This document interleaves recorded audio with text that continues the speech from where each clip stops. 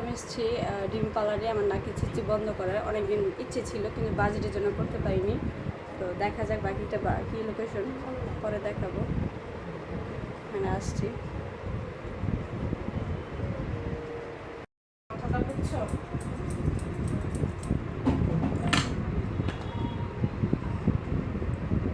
সব জিনিসই কষ্ট আসে, কষ্ট ছাড়া কোনো জিনিস।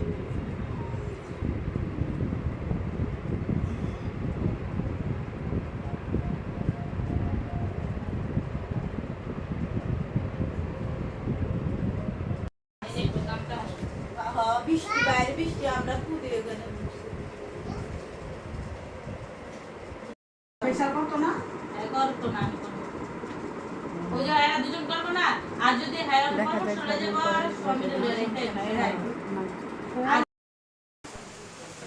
পার্লারে আটকে গেছি।